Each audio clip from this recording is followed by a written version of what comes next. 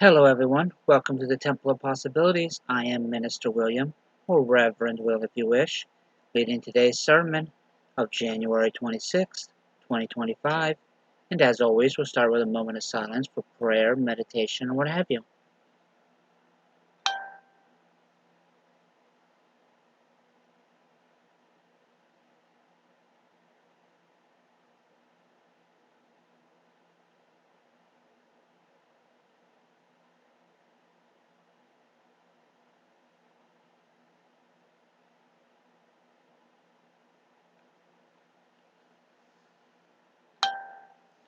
All right, thank you.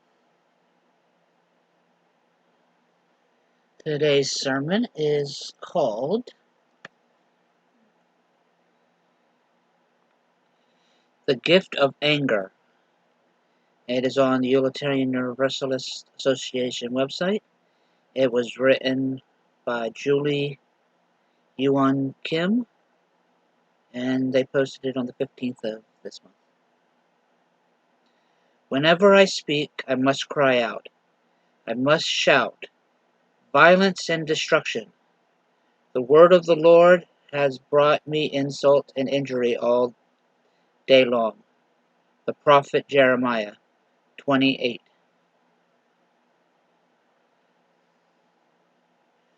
When I was sent to the principal's office in the second grade for pointing out my teacher's suspicious favoritism, my parents wondered aloud what to do with me. What followed was a lifelong lesson about the tricky balance between message and method. How not to deliver the right message in the wrong way.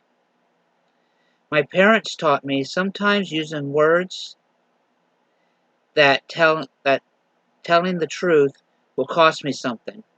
That wisdom is the negotiation of minimizing or avoiding the cost. Be careful with the truth, they said.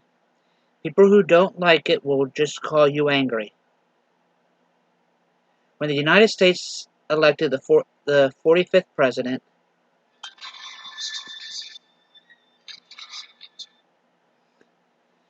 when the United States elected the 45th president, I encountered something for which my parents' lesson had not prepared me.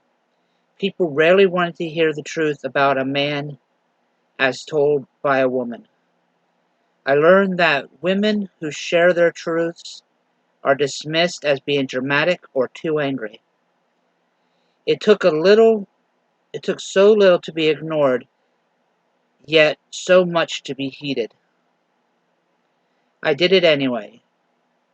I named the willing seduction of America invalid, it even out in whatever. Already one of the most powerful religious institutions in the world, greedy for power. I pointed out the silent mediocrity of the Christian majority as the enemy of their purportedly beloved gospel.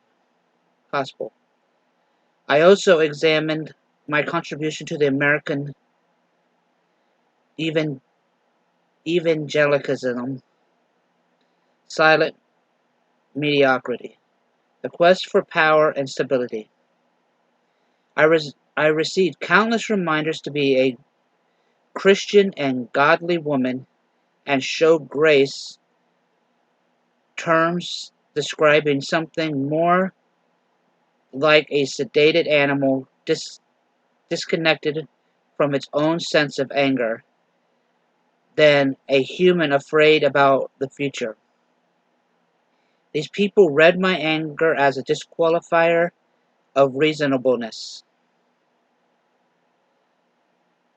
Even in monstrous times, I am expected to be reasonable and respectful. My anger dissolved in a string of soft words. But anger is not what people think it is. Anger has been kind and caring to me. When as an undocumented woman, I felt vulnerable to a former and future Presidents Roderick and policies. Anger was the sign of my will to survive. Outrage on my behalf was hope for our collective futures. More often than not, in a secret center of anger is not a desire to destroy, but to protect those it loves. It wraps itself around a vulnerable area, like a body tuned turned into a shield for its friends. Prayer. God, who inspires and anoints our anger, give us the ability to discern this gift, to discipline and harness it with righteousness. Just as joy without spite and love without resolve are empty, so too is struggle without anger. Teach us this lesson. Give us this gift. Amen.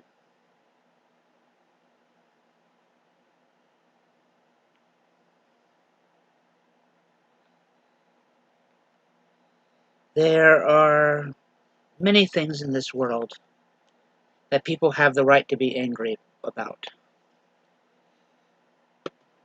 You don't have to agree with it.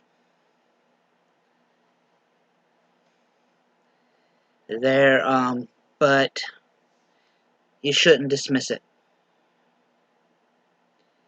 If it's something that they're angry about, it's something that is important to them.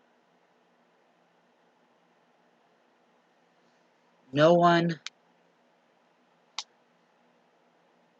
gets that angry about something unless it pertains to something that is important, that's deeply important to them.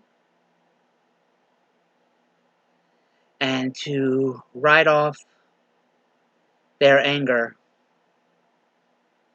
is to write them off.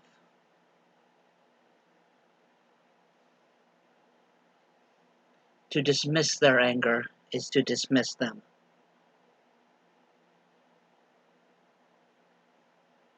But while we may not agree with everything, we must be there for each other. Allow people to be angry about what they're angry about.